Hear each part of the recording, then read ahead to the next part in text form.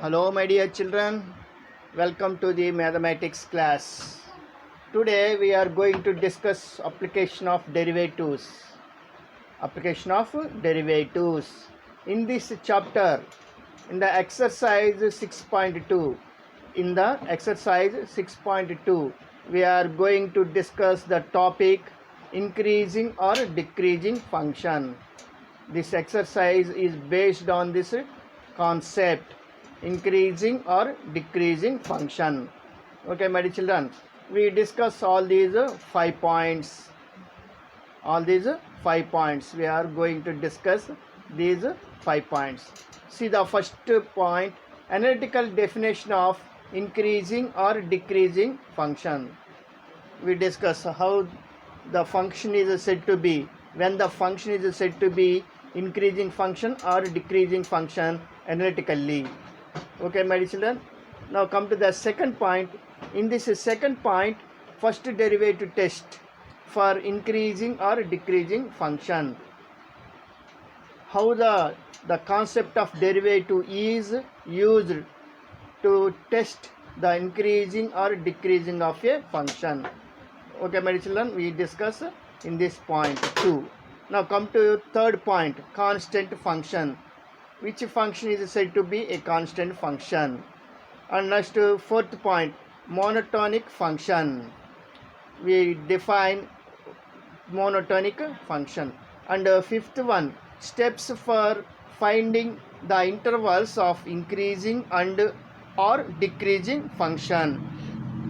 This is very important point, my dear children, for the exercise 6.2.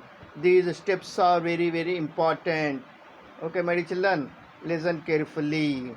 Are you ready to listen the class, my dear children? Right. Now come to the first point, that is analytical definition of increasing or decreasing function on an interval. Okay, my dear children, see this definition, but we frequently not using, very rarely we use this definition, but just understand this definition. Okay, my dear children, let I be an open interval contained in the domain of a real valued function f.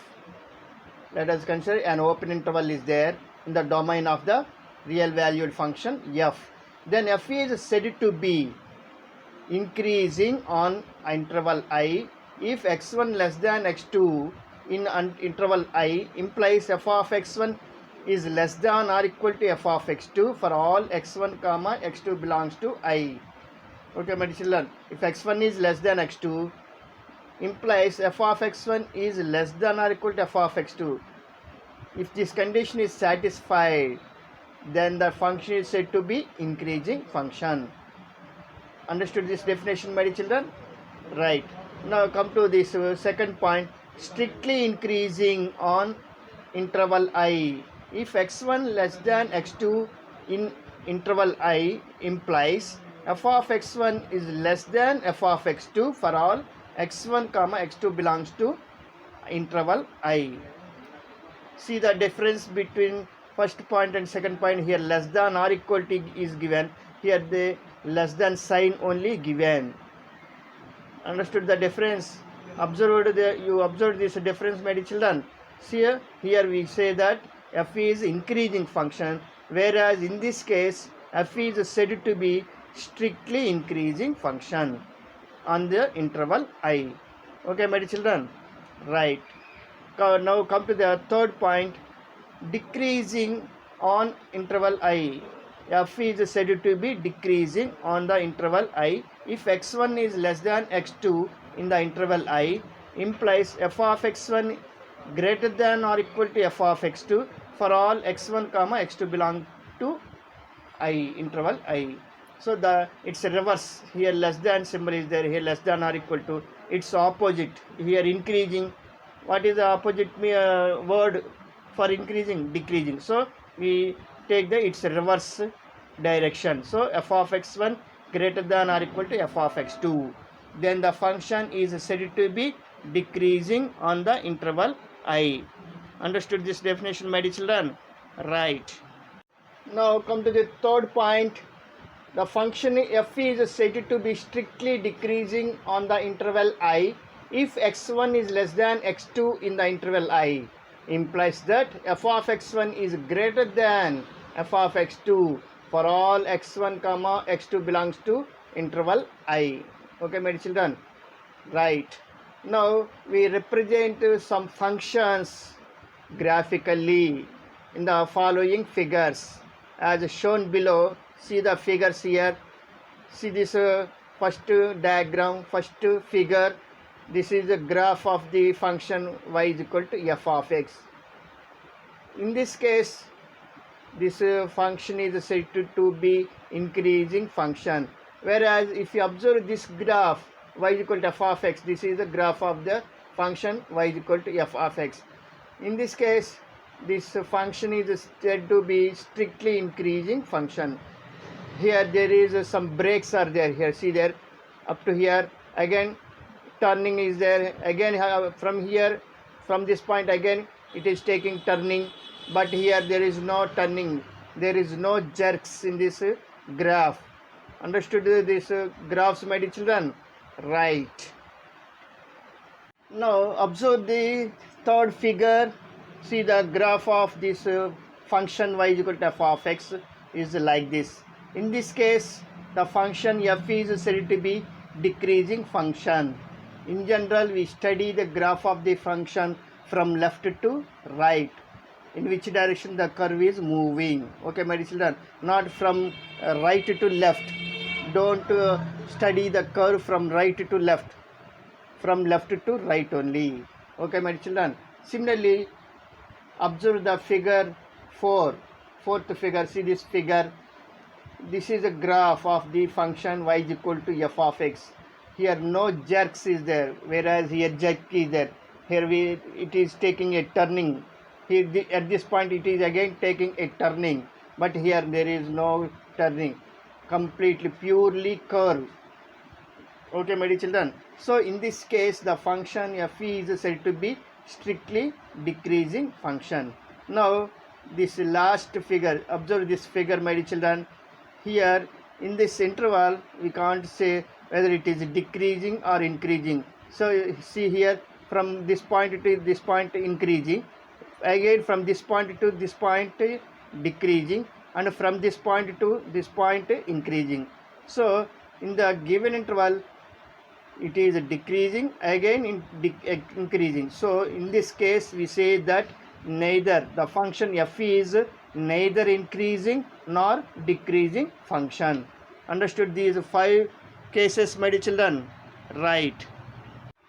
In the first point, we have discussed the definition of increasing or decreasing function analytically. Now come to the second point, my dear children. Here we use the concept of derivative, that is first derivative test. This is called first derivative test for increasing or decreasing function. With the help of the concept of derivative, we can say that whether the given function is increasing function or decreasing function in the given interval. Okay, my dear children, listen this point, my dear children, carefully. Let f be continuous on closed interval a comma b and differentiable on the open interval a comma b.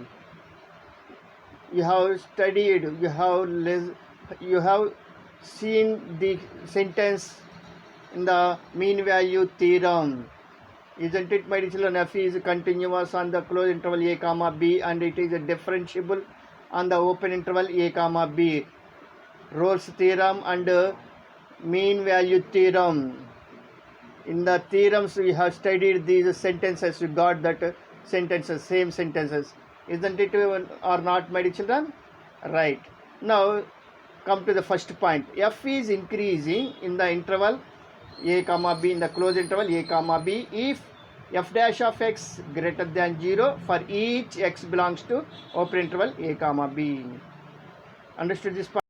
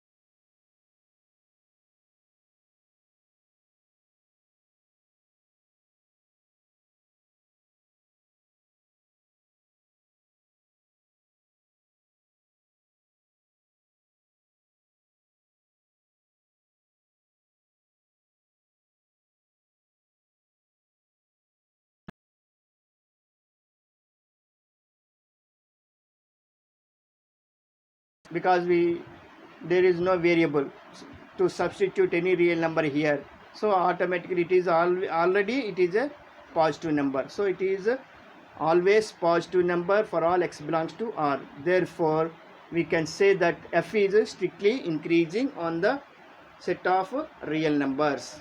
Understood, my dear children? Right.